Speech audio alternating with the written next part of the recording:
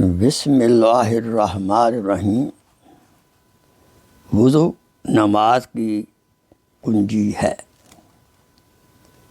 عن جابر رضی اللہ تعالیٰ عنہ سے روایت ہے کہ آقا دو جہاں حضرت محمد صلی اللہ علیہ وسلم نے فرمایا کہ جنت کی کنجی نماز ہے اور نماز کی کنجی وضو ہے۔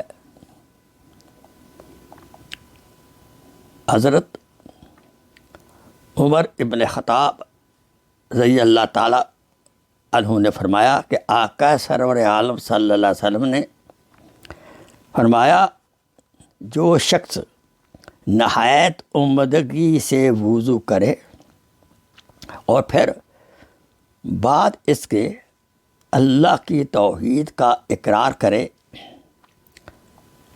اور کہے کہ وہی عبادت کے لائق ہے، اس کا کوئی شریک نہیں، اور گواہی دے کہ حضرت محمد صلی اللہ علیہ وسلم اللہ کے بندے اور رسول ہیں، بس اس کے لیے جنت کے دروازے کھول دیے جاتے ہیں، جس دروازے سے چاہے وہ داخل ہو جائے۔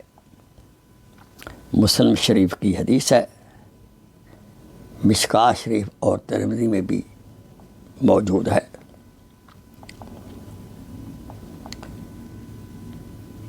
کہ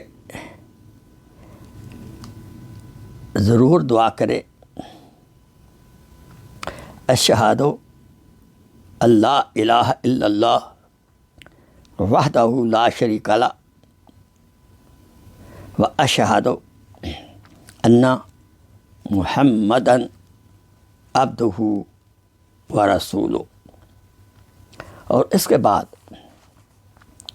یہ دعا پڑھے اللہم اجعلنی من التوابین واجعلنی من المتطہرین۔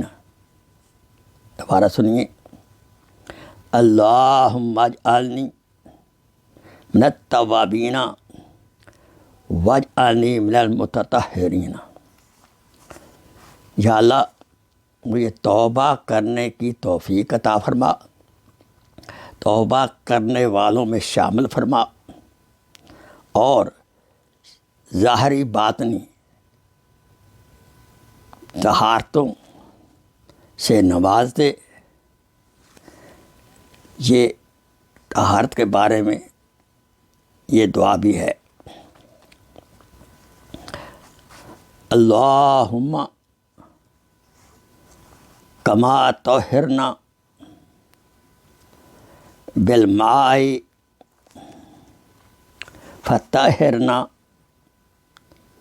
من الذنوب اشہد ان لا الہ الا اللہ۔ حضرت عثمان رضی اللہ تعالیٰ عنہ فرماتے ہیں کہ رسول اکرم صلی اللہ علیہ وسلم نے فرمایا جو شخص وضو کرے اور اچھی طرح خوبی کے ساتھ وضو کرے، اس کے تمام گناہ اس کے جسم سے نکل جاتے ہیں، حتیٰ کہ ناخنوں سے بھی گناہ نکل جاتے ہیں۔ اس طرح کا وضو ختم کرنے سے پہلے ہی اللہ تعالیٰ سب گناہ معاف کر دیتے ہیں۔ یہ بخاری شریف مسلم شریف کی حدیث پاک ہے۔ اللہ تعالیٰ سے دعا ہے کہ اللہ تعالیٰ ہمیں نماز سے وضو سے محبت عطا فرمائے اور نماز اور وضو کا حق ادا کرنے کی توفیق عطا فرمائے۔